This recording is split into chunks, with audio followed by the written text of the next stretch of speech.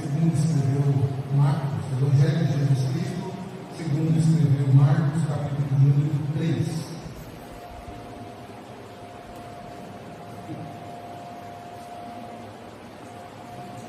Marcos, capítulo número 3. Nós vamos ler os versos 13 até o verso 19.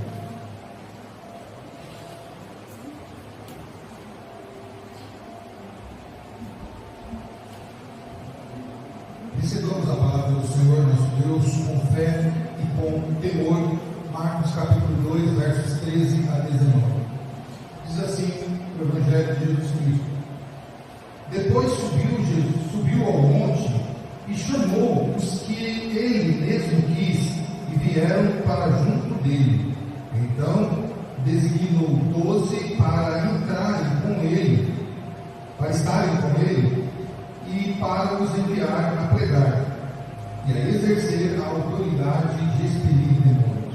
E os 12 que designou: Simão, a quem acrescentou o nome Pedro, Tiago, filho de Zebedeu, e João, seu irmão, aos quais deu o nome de Boanerges, que quer dizer filhos do trovão, André, Filipe, Bartolomeu, Mateus, Tomé, Tiago, filho de Alfeu, Tadeu, Simão o Zelote e Judas Iscariotes, que foi quem o traiu. Vamos orar mais uma vez. Senhor, eis a tua palavra viva e eficaz, mais penetrante do que espada alguma de dois gumes.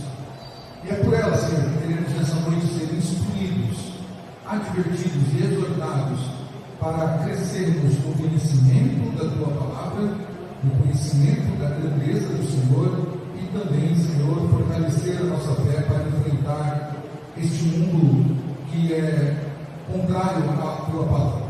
Abre os nossos ouvidos, ó Deus, é a nossa oração em nome de Jesus. Amém. Meus irmãos, reunimos 3 evangelhos. Se você olhar na sua Bíblia aí, é possível que em cima, onde está o título aí, a escolha dos 12, ele tem lá Mateus, capítulo 10, versos 1 a 4, e Lucas, capítulo 6, versos 14 e 15.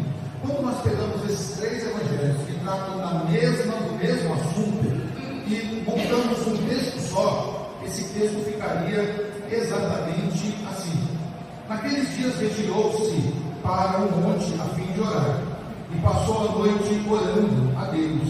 E quando amanheceu, chamou os que ele mesmo quis, e vieram para junto dele. Então designou 12 para estarem com ele e para os enviar a pregar. Tendo chamado os 12 discípulos, deu-lhes Jesus autoridade sobre espíritos imundos, para os expelir e para curar de toda sorte de doenças e enfermidades. Eis os 12 que designou: Simão, a quem acrescentou o nome de Pedro, Tiago, filho de Zebedeu, e João, seu irmão, aos quais deu o nome de Boanerges, que quer dizer filhos do trovão, André, Filipe, Bartolomeu, Mateus, Tomé, Tiago, filho de Alfeu, Tadeu, Simão o Zelote e Judas Iscariotes, que foi quem o traiu. Então ficaria assim essa leitura do Evangelho reunido. Meus irmãos, uma igreja saudável, uma igreja que deseja crescer, ela precisa fazer discípulos. Simples assim. Uma igreja saudável, uma igreja que está saudável, uma igreja que deseja crescer, ela precisa fazer discípulos. E Marcos nos ajuda a entender que ele precisava revelar aos cristãos da época que ele escreveu esse evangelho, que eles precisavam ter o conhecimento dos feitos de Jesus, precisavam conhecer os ensinamentos de Jesus. Então, a esses cristãos da sua época, Marcos revela então a eles a raiz daquele grande momento que havia transformado a vida do Império. O Império havia sido transformado pelo Evangelho, e vidas tinham sido profundamente tocadas em todas as cidades da Ásia Menor, ali, da Macedônia, e até mesmo de Roma, como nós vamos ver depois no ministério do apóstolo Paulo. E o propósito de Marcos, ao escrever o Evangelho, é demonstrar que a verdadeira força, a verdadeira resistência do Evangelho não está em homens, não reside nos discípulos de Jesus, mas no Filho de Deus, que se tornou, e até hoje é, o centro de toda a missão da igreja. Ou seja, a igreja saudável que gera discípulos precisa fazer discípulos para Cristo, e não para si próprio, mas para Cristo. E é isso o objetivo de Marcos ao relatar a escolha dos 12 neste livro que nós lemos. Logo de início, nos versículos 13 a 15, nós vamos ver aqui que Marcos vai nos ensinar, dentre outros ensinamentos que nós temos aqui, eu destaco esse, que um discípulo é alguém que aprende a agir de forma espiritual com o próprio Jesus. Tá? Então, repetindo, um discípulo é alguém que aprende o agir espiritual com o próprio Jesus Cristo. Tá? Como é que eu me torno espiritualmente? Se eu for discípulo de Jesus, eu vou agir de forma igual, semelhante, parecida com Jesus Cristo. Ele é o meu referencial teórico, podemos assim dizer, a quem eu devo seguir. Então, e nós, meus irmãos, crentes reformados, membros da Igreja Presbiteriana do Brasil, nós defendemos sem nenhum tipo de receio, que aqueles que se achegam a Cristo, seja aqui, nas residências desse espaço de culto, seja em qualquer outra igreja, nós defendemos que aqueles que se achegam a Cristo só se achegam porque Jesus Cristo quis que eles se achegassem. Pode nos rotular de qualquer tipo de nome, não tem problema. Nós não temos receio nenhum de dizer que nós estamos aqui porque Cristo nos trouxe aqui. E a prova disso é que a nossa vontade, a vontade do ser humano, não é estar em um ambiente religioso, mas é estar neste mundo, nas festas, curtindo a vida do gado, fazendo tudo aquilo que a nossa carne quer. Então nós, crentes reformados, não devemos ter dúvidas sobre este tema, porque isso faz parte da essência da nossa fé. Então nós temos que dizer assim: por que você é crente? Porque Jesus me resgatou, porque Jesus me trouxe, porque Jesus me tirou do charco de lama do pecado que eu estava. Ele me arrancou, me arrebatou da vida de pecado. Eu estou aqui porque Ele quis que eu estivesse aqui. Sem receio. Mas vocês estão muito radical. Amém. Vocês estão muito. Vocês acham que todo mundo é robô. Coloque o termo que quiser. É doutrina nossa, é fundamento da nossa teologia, nós não abrimos mão disso. Por que, irmãos? Porque num contexto, quando nós olhamos para textos como de Marcos e outros textos da Bíblia, é isso que nós achamos. E neste contexto em que Marcos relata o chamado dos 12, é isso que o texto nos diz, olha no versículo 13. Jesus sobe ao monte, quando ele desce, depois de um período de oração, ele chamou dentre todos os que estavam ali o seguindo, havia muita gente seguindo Jesus, ele chamou 12, o texto deixa claro, chamou aqueles que ele quis chamar, aqueles que ele quis chamar. Então, meus irmãos, em qualquer outro contexto que eu e você estivesse, ou qualquer outra pessoa estivesse, possivelmente nós não chamaríamos esses 12, daqui a pouco falaremos disso. Mas esses 12, o texto coloca aqui 12, não pode passar despercebido esse número 12 para nós aqui, porque Jesus, quando separa 12, tem um significado muito claro para o judeu aqui. Jesus está estabelecendo uma continuidade da igreja do Antigo Testamento, 12 tribos, 12 apóstolos. Então é Jesus mostrando que ele está constituindo o novo Israel, agora chamado de igreja, que não se limitará a um povo, a uma etnia, mas ele agora está aberto a todas as raças, tribos, línguas e nações. Todos ouvirão, e desses todos que ouvirão, Jesus chamará aqueles a quem ele quer chamar. Marcos então está afirmando que Jesus fez isso. Ele chamou nome a nome aqueles a quem ele quis. Como eu disse, várias pessoas estavam ali, mas Jesus escolhe apenas 12 do meio de um monte. E interessante, meus irmãos, que esta seleção de pessoas, esses 12 foram selecionados, eles não foram selecionados por méritos, e sim foram chamados pelo chamado soberano e gracioso de Jesus. Jesus não olha para aqueles homens e fala assim: camarada é bom de oratória, vou chamar. Opa, esse aqui, ele tem uma força física, vou chamar porque eu sou muito perseguido, os romanos estão querendo me prender, então eu preciso de 2 capangas do meu lado. Vou chamar esse aqui porque esse aqui, nossa, esse cara aqui é muito bom, ele escreve muito bem, tem uma letra muito bonita. Não foi por mérito nenhum. Bonzinho, esse aqui é um bom pai de família, esse aqui obedece a mãe, não foi por mérito nenhum deles. Aliás, os maiores exegetas, eles concordam, eu tenho certeza que eu e você também concordamos com esses estudos, que nem nós chamaríamos esses 12. Se nós convivêssemos com eles, nós não chamaríamos. Eles não tinham essa qualificação, podemos assim dizer, para essa escolha que Jesus quer.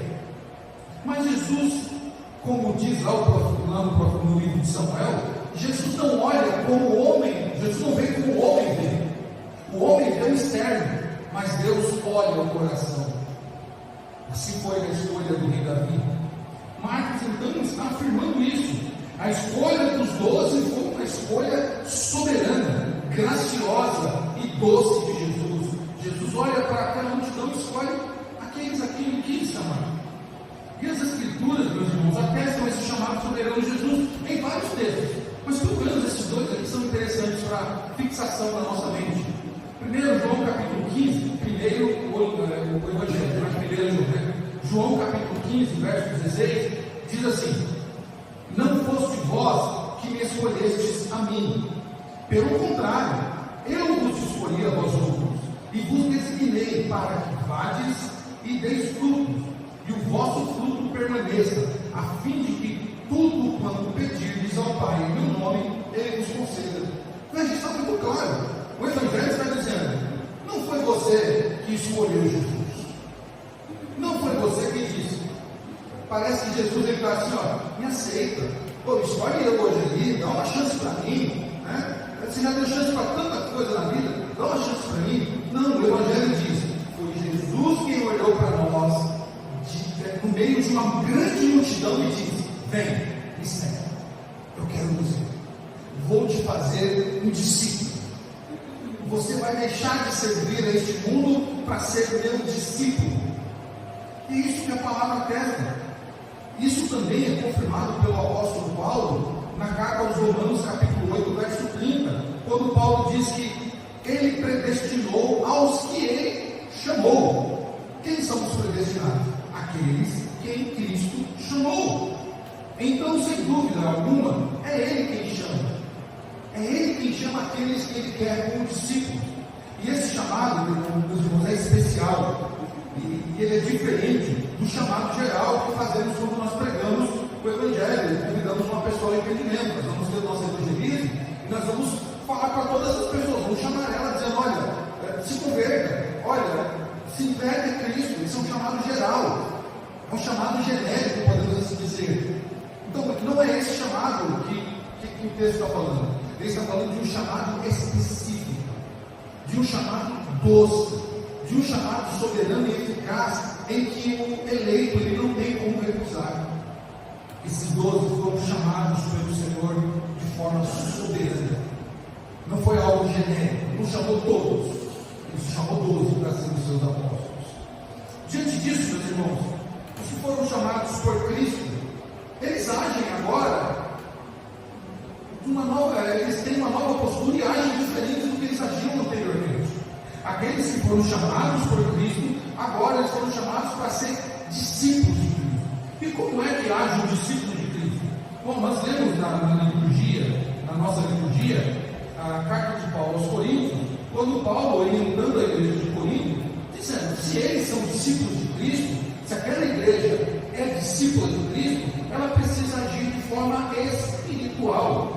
E então, no capítulo 2, verso 14 em diante, Paulo vai dizer isso: olha, o homem natural não aceita as coisas do Espírito de Deus, porque eles são loucura e não pode entendê-las, porque elas se discernem espiritualmente.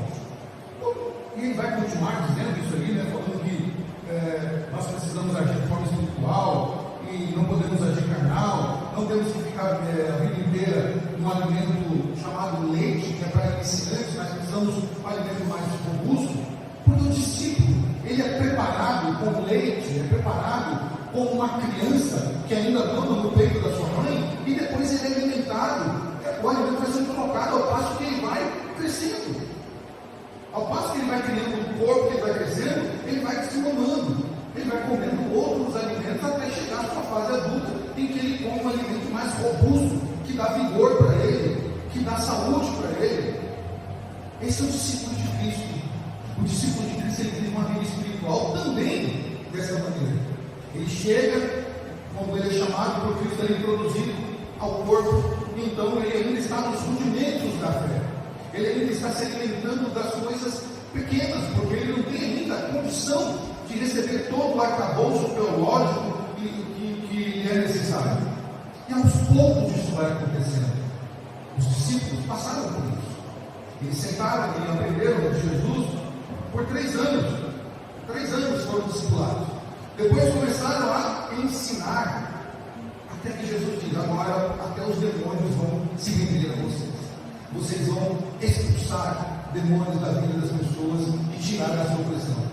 Quando isso aconteceu pela primeira vez, irmãos, me lembram, eles voltaram encantados, dizendo: Senhor, até os espíritos nos obedecem. Quando nós aprendemos, e Jesus disse: vocês estão alegres por isso? Crianças, vocês estão alegres por isso? Minhas criancinhas. Eu poderia ter dito isso, né? Jesus diz: se alegrem, né? Porque o nome de vocês, se alegrem pelo fato do nome de vocês estar escrito no livro da vida. Jesus está ensinando maturidade para aqueles discípulos, porque é assim que o discípulo cresce. O discípulo, ele age de forma espiritual, ele olha ao seu mestre e passa a agir igual ao seu mestre. Porque uma vez que nós somos chamados, meus irmãos, nós precisamos imitar Cristo em nossas ações cotidianas, cumprindo o nosso chamado cristão. O discípulo, ele aplica os ensinos de Cristo na sua vida cotidiana, na sua casa, nas relações que ele tem na sua vida, no seu trabalho, na escola, na igreja, em todos os lugares. Ele age de forma espiritual. Ele age de forma espiritual. Portanto, ser cristão é ser discípulo de Cristo. Ser um cristão é ser discípulo de Cristo, é fazer também o que ele fez, né? Pois a mim e a você foi nos confiada uma grande tarefa, e nos foi dada também uma autoridade para evangelizar e também enfrentar as hostes malignas que imperam neste mundo. Ou seja, nós temos autoridade para combater os espíritos malignos que oprimem as pessoas e que as cegam para que elas não vejam o Evangelho.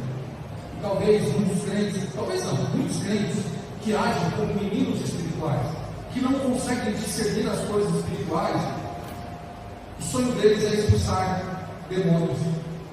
Tem até um meme que a pessoa fala assim: Senhor, Deus, abre meus olhos, eu quero ver o sobrenatural. E aí, aquela memezinha, Deus abre o olho dela, começa a ver os espíritos malignos, ela desmaia de medo.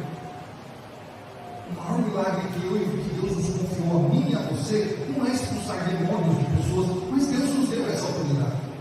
O maior milagre que nós temos não é ver o mundo sobrenatural, temos ver Deus tem essa capacidade de abrir os nossos olhos, como fez com Geazi, e ele enxergou tudo que estava ao redor. O maior milagre que eu e você temos, que Deus nos confiou, meus irmãos, é quando nós, em posse da palavra viva e eficaz do Senhor, anunciamos o Evangelho ao moribundo que está no pecado, à pessoa que está presa no lamaçal do pecado, e ela então, diante do Evangelho pregado, ela diz: eu não quero mais entender isso, eu quero Cristo. Ali aconteceu um dos maiores milagres, o maior milagre que eu e você poderemos realizar, através de Cristo Jesus, nosso Senhor. Este é um grande milagre, meus irmãos. E Jesus nos confiou isso. Quando em João capítulo 14, verso 12, ele diz: em verdade, lhes digo que aquele que crê em mim fará também as obras que eu faço, e fará ainda coisas maiores do que essas, porque eu vou para o Pai. Jesus estava apontando para algo glorioso, porque no tempo de Jesus ainda a igreja ela estava sendo preparada, os discípulos estavam em discipulado ainda, então os enfrentamentos eram direto com o mundo espiritual. Jesus estava dizendo, falando sobre evangelização, falando sobre algo mais glorioso que a igreja de Cristo iria fazer, os seus discípulos iriam fazer. Meus irmãos, nós temos esse privilégio e nós não podemos deixar de cumprir essa missão, de presenciar este milagre, de ver pessoas libertas e, mais ainda, preparar essas pessoas no discipulado para que elas se pareçam com Cristo. O discípulo de Cristo, meus irmãos, se compromete a obedecer o ídolo do Senhor e a fazer discípulos, outros discípulos. Ou seja, eu fui discipulado, agora eu faço outros discípulos, para que esses que foram discipulados por mim gerem outros discípulos, para que eles se pareçam com quem? Com Cristo. Olha que lindo, né? Eu fui discipulado para parecer com Cristo. Agora eu faço também discipulado, eu discipulo outros, para que esses que eu discipulei gerem outros discípulos que se pareçam com Jesus Cristo, nosso Senhor. Essa é a nossa tarefa, meus irmãos. Esse foi para isso que fomos chamados pelo nosso Senhor, para o trabalho, para o enfrentamento e para a evangelização e discipulado. Mas segundo ponto, versos 16 a 19, Marcos vai nos ensinar que o discípulo é alguém que vem a Cristo como está para ser transformado. Então, o discípulo é aquele que vem com todos os defeitos, com todos os vícios. O discípulo é aquele que vem achando que sabe mais, achando que sabe muita coisa, ansioso, falando mais do que tudo, ainda com falhas no seu caráter, a sua personalidade ainda meio distorcida, mas ele vem a Cristo como ele está, para ser transformado. E é isso que nós podemos ver nesse texto. O interessante nessa relação com os 12 é que não há entre os 12 que foram escolhidos, nenhum homem que fosse destaque extraordinário na época. Nessa época que eles foram chamados, quem era Pedro? Quem era Tiago? Quem era Bartolomeu? Quem era Judas? Quem era João? Eram apenas homens simples, pescador, camponês, cobrador de impostos, eram até odiados, né, como Mateus, mas eles não eram ninguém de celebridade, eles não eram pessoas que já estavam lá no seu toque, dizendo assim, não, eu sou um professor, eu sou um mestre, não tinha, nenhum deles tinha um reconhecimento por ter criado alguma coisa, por ter inventado alguma coisa. Nenhum deles é um chefe de sinagoga, nenhum deles é alguém perito na lei, que estava com o seu nome gravado na história ali. Não, ninguém. Tinha outros nomes bem famosos. Samuel, um homem bem conhecido na época, né, nas sinagogas. O próprio Nicodemos. Mas quem o Senhor chamou para apóstolos? Para os apóstolos? Esses nomes estão relatados nos versos 16 e 19. Pedro, Tiago, João, André, etc. Até chegar em Judas. Homens simples. Jesus chamou 12 homens comuns e os capacitou através do discipulado. E esse discipulado de aproximadamente 3 anos, meus irmãos, foi suficiente para moldar essas pessoas, para transformá-las, não só na sua vida secular, se assim podemos chamar, mas no seu caráter. Jesus transforma a história da vida daqueles homens. Jesus muda a situação, até mesmo o futuro daqueles homens. Quando ele diz, vem, me segue, porque eu vou fazer de vocês pescadores de homens. Meus irmãos, eles não tinham a mínima noção do que era aquilo. Eles não saberiam que hoje, passado aí mais de 2000 anos, Pedro seria alguém famoso. André, Tiago, Mateus, os 12 apóstolos, são famosos no dia de hoje. Todos nós conhecemos e falamos deles com alegria, estudamos os seus escritos, mas naquela época não. Eles eram homens simples, que foram foram moldados para se parecer com Jesus. Isso é interessante, foram moldados para se parecer com Jesus. Por isso, o cristão ele é chamado para ser alguém parecido com Cristo. Ele não é chamado para se parecer com algum pregador, com alguém famoso. Ele não é chamado para se tornar uma celebridade. Eu e você fomos chamados para nos parecermos com Cristo. No caráter, na espiritualidade e até mesmo ser perseguido como Cristo foi perseguido. O pacote é total.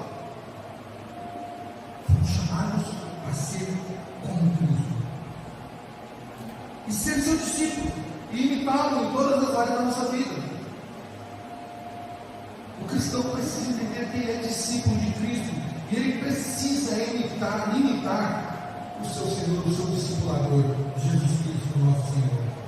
E por fim, meus irmãos, esse texto, verso 19, ele traz algo que é muito interessante, que eu e você deveríamos olhar com atenção. Esse versículo 19, ele termina de uma maneira que talvez alguns perguntem, mas o que tem a ver isso? Olha, Judas Iscariotes, aquele que o traiu. Eu peço lembrar. E Judas Iscariotes, aquele que o traiu. Esse pequeno verso, ele nos ensina que o discípulo de Jesus Cristo é alguém que cuida da sua fé para não se desviar. O discípulo de Cristo, ele cuida da sua vida espiritual para não se desviar. E cuidar da vida espiritual, meus irmãos, é um cuidado que todo cristão deve ter. Por isso, o discípulo de Cristo, ele não se ausenta dos exercícios espirituais, devocional, leitura da palavra, oração e o culto coletivo. São exercícios espirituais que fazem parte do alimento que nós precisamos. O alimento que nós precisamos. Se o discípulo, ou o possível discípulo, se ausenta disso, ele vai se esfriar, ele vai certamente se desviar.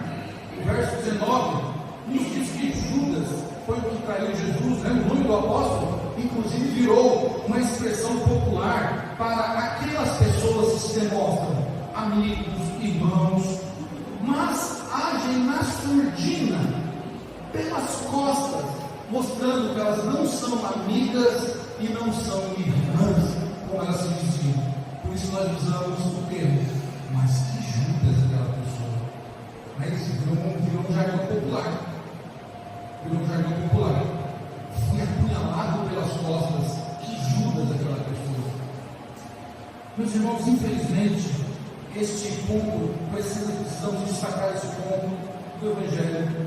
O traidor de Cristo foi um discípulo, que foi ensinado, discipulado, usufruiu por um certo tempo dos benefícios da salvação. Por algum tempo, ele alegou, seu coração foi alegrado, né, pelos ensinamentos de Jesus Cristo, por estar na presença do Mestre. Mas um coração de um traidor sempre é um coração de um traidor, meus irmãos. E o coração do traidor, ele não engana a Cristo, ele engana a si próprio. A si próprio. Judas, depois se amargurou de ter traído o Senhor, mas o coração dele revelou que ele era discípulo dele mesmo. Judas não procurou se parecer com Jesus. Judas procurou os seus próprios interesses. Judas procurou somente se saciar. Isso não é ser discípulo de Cristo. Um discípulo de Cristo não se vende por nada. Um discípulo de Cristo não trai os seus irmãos. Um discípulo de Cristo não age pelas costas, traindo o seu discipulador, traindo a sua família. Porque Judas, às vezes nós estamos esquecendo, ele traiu Jesus, negou Jesus por 30 moedas de prata, mas ele também traiu os seus amigos, os 11 apóstolos. Ele agiu na surdina, agiu pelas costas, achando que o seu pecado iria ficar encoberto. Devemos tomar cuidado, meus irmãos, porque a falta de espiritualidade continuar se alimentando de forma inadequada gera uma frieza espiritual a ponto de nós desistirmos da fé. E isso é algo que nós precisamos tomar cuidado. Ele estava entre os 12, mas ele não era o filho de Deus. Mas a Escritura decreta que Judas era filho da perdição, mesmo estando no meio dos 12. De forma conclusiva, meus irmãos, os 12 apóstolos foram escolhidos por Cristo de modo igual. Tá? Apenas um se mostrou não parecer com Jesus, ou não buscou ser parecido com Jesus, e não levou a sério o seu discipulado, não levou a sério a caminhada com Cristo. Quem foram os discípulos de Judas? Quem foram os discípulos de Judas? Qual foi o legado que Judas deixou? Qual foi a igreja que Judas pastoreou? Judas não deixou nenhum legado. Judas não deixou nenhum discípulo. Judas não deixou um marco na sua vida ministerial, podemos assim dizer. Judas hoje é lembrado de forma pejorativa, de forma esdrúxula. O seu nome está associado com alguém que ultrapassa, com alguém que age de forma desleal com a sua família cristã. Ele não procurou ser parecido com Jesus. Mas olha que interessante, já os demais discípulos, 11, seguiram sua caminhada, e eles se pareceram tanto com Jesus, que eles receberam um apelido, que na época eles tentavam fazer que esse apelido fosse um ofensivo, mas acabou sendo algo que eles trouxeram para si. Eles passaram a ser chamados de cristãos, porque se pareciam com Cristo. Pedro, inclusive, antes disso, Pedro, no seu momento de instabilidade, Pedro tentou negar a Jesus, não negou a Jesus, né? E por mais que ele negasse, Pedro era tão parecido com Jesus que a serva já falou: não, você é um deles, porque você se veste igual, você fala igual, você age igual. Um discípulo de Cristo, ele imita o seu mestre.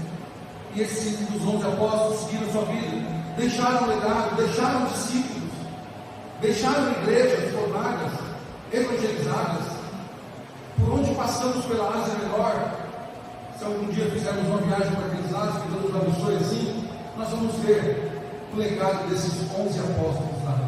Igrejas, né, resquícios das suas grandes obras, e nós temos relatados na palavra de Deus alguns escritos desses homens que eles deixaram, e 2000 anos depois estamos lendo o que eles escreveram, o que eles testemunharam, porque eles se pareceram tanto com Jesus que eles morreram fisicamente. Mas assim como Cristo foi enterrado, foi sepultado e não morreu, aqueles discípulos, eles morreram fisicamente, mas o legado deles sobrevive até hoje. Porque discípulo de Cristo, meus irmãos, pode dar quando ele falece, quando ele deixa esse mundo, não até logo, porque o seu legado continua por se parecer com Cristo. Por isso precisamos guardar no nosso coração a nossa fé e cultivar nossa proximidade com o Senhor, para que jamais, em hipótese alguma, vendamos Jesus ao mercado deste mundo, ou preferimos as opções que esse mundo tem e neguemos a Jesus, o nosso Senhor. Que o Senhor, meus irmãos, envie discípulos identificados com Cristo para esta seara que precisa de imitadores do Senhor, uma seara que precisa ser cultivada, que precisa de trabalhadores parecidos com Jesus Cristo, para que esses que estão parecidos com Jesus façam outros discípulos parecidos com Jesus. E para nós, igreja presbiteriana em Dionísio, eis um desafio: nos esforcemos para parecer com Cristo, ingressemos no discipulado de Cristo, para que a ponto das pessoas olharem para nós e não verem mais nós, mas verem Cristo em nós, a esperança gloriosa. E façamos discípulos, não para esta igreja, não para nós, mas para Cristo. para que quando a nossa caminhada finalizar, aqueles que foram discipulados por nós continuem a jornada, continuem anunciando a mensagem real do Evangelho. Amém.